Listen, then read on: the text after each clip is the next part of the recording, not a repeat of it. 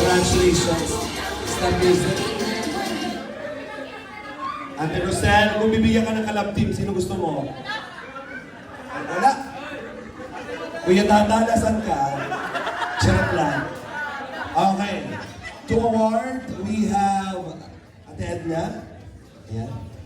Ang ating female star of the night ay walang iba kundi si Fiancé!